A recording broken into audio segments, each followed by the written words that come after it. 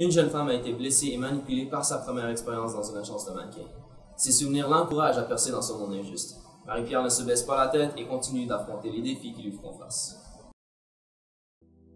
Comme tu sais, elle est capable de marcher, elle est capable de défiler, elle est capable de faire tout ça, elle est capable de poser, elle est capable de faire tout ça.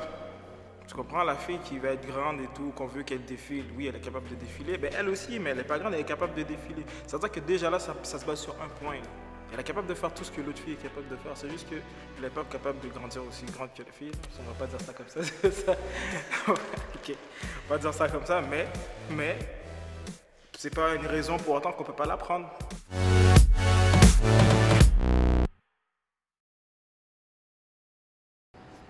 J'ai commencé à dessiner à peu près à l'âge de 6 ans.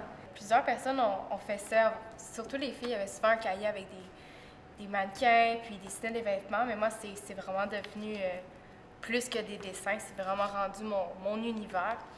C'est là que j'ai fait mes premiers débuts. En fait, c'est venu du fait que je voyais beaucoup de personnes autour de moi qui faisaient ça.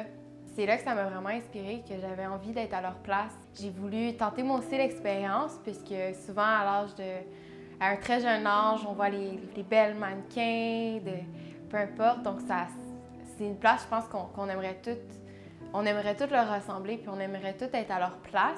Donc j'ai décidé de commencer. J'ai fait le festival de mode et design à cause que ça parlait de la diversité corporelle. Le défilé servait justement à promouvoir la diversité. Donc, c'était toutes des filles un peu comme moi. Puis, le défilé tournait sur ça. C'était tout différents corps et tout. Par la suite, ça m'a emmenée à créer un blog parce que j'avais écrit un texte sur eux, pour l'organisme. Je trouve que ce monde-là, c'est un peu un monde injuste de mesurer tant. Puis, si t'es pas ça, t'as pas ta chance. Puis, t'as un peu, si on peut dire, aucun avenir. Selon moi, la beauté, ça se définit juste pas par la taille. C'est pas ça qui fait de toi parce que tu mesures ça, t'es une taille 0, t'es belle.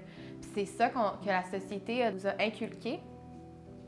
Donc, je veux enlever un peu cette image-là il y a juste un critère, il y a juste une façon d'être belle.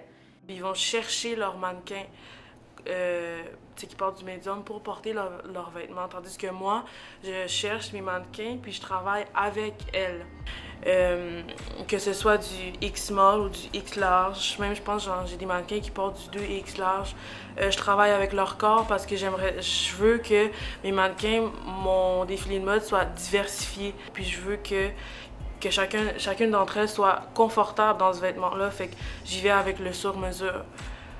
Ça ajoute un peu trop de monotonie à mon goût. Comme la femme dans le métro que tu rencontres dans l'autobus, je veux dire, on n'est pas tous pareils. Puis je veux habiller le corps de la femme, je veux pas comme qu'elle soit restreinte dans ce qu'elle doit porter. Le vêtement, il est fait à sa juste valeur.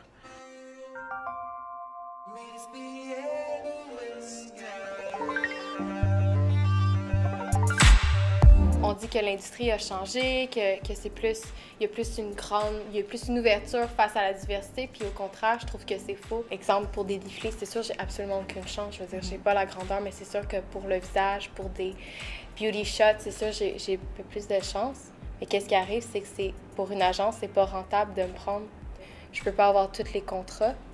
Donc, ça va pas nécessairement. C'est ça, c'est très limité. Donc, ils peuvent perdre de l'argent avec moi si justement je suis pas assez rentable.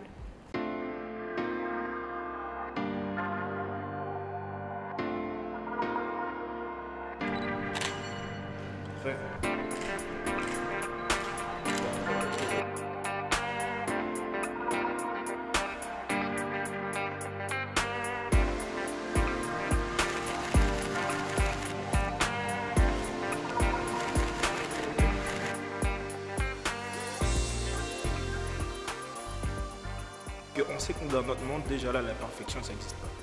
Dans le monde qu'on vit, là, ça n'existe pas. Dans le fond, on doit juste s'ajuster pour savoir qu'est-ce qu'on veut. Je veux quelqu'un qui me donne une belle photo, elle a trois des 4 critères que tu veux. Alors pourquoi tu vas la pénaliser à cause qu'elle n'a pas juste le dernier que tu veux? Tu comprends ça? Je suis pas d'accord avec ça. Ça veut dire que elle mesure pas 6 pieds et quelques. Je pense qu'on s'en fout de ça parce que dernièrement, je l'ai pris en photo puis la personne m'avait dit « Ah, elle est plus grande que toi ». C'est-à-dire que le photographe peut s'ajuster là, ça dépend de ton angle, ça dépend de tout, tu peux t'ajuster pour prouver que la modèle, même si elle était comme ça, genre, elle paraît comme si elle était comme ça. Donc je vais vous présenter mon amie Marie qui est en agence de mannequin. En fait, Marie a la chance de l'être puisqu'elle est grande comme ça et moi je suis grande sans commentaire. Donc c'est sûr qu'elle a eu beaucoup plus de facilité que des personnes comme moi qui n'ont pas la taille ni les mensurations requises. Et pourtant, c'est vraiment quelque chose de très dommage que des filles aussi talentueuses que Marie-Pierre puissent pas rentrer dans des agences de mannequins parce qu'elles sont trop petites. Il y a tellement de diversité, des femmes superbes qui peuvent pas rentrer parce qu'elles ne fitent pas dans les critères, entre guillemets. Et je trouve que c'est aberrant puisque on est des femmes, on est toutes belles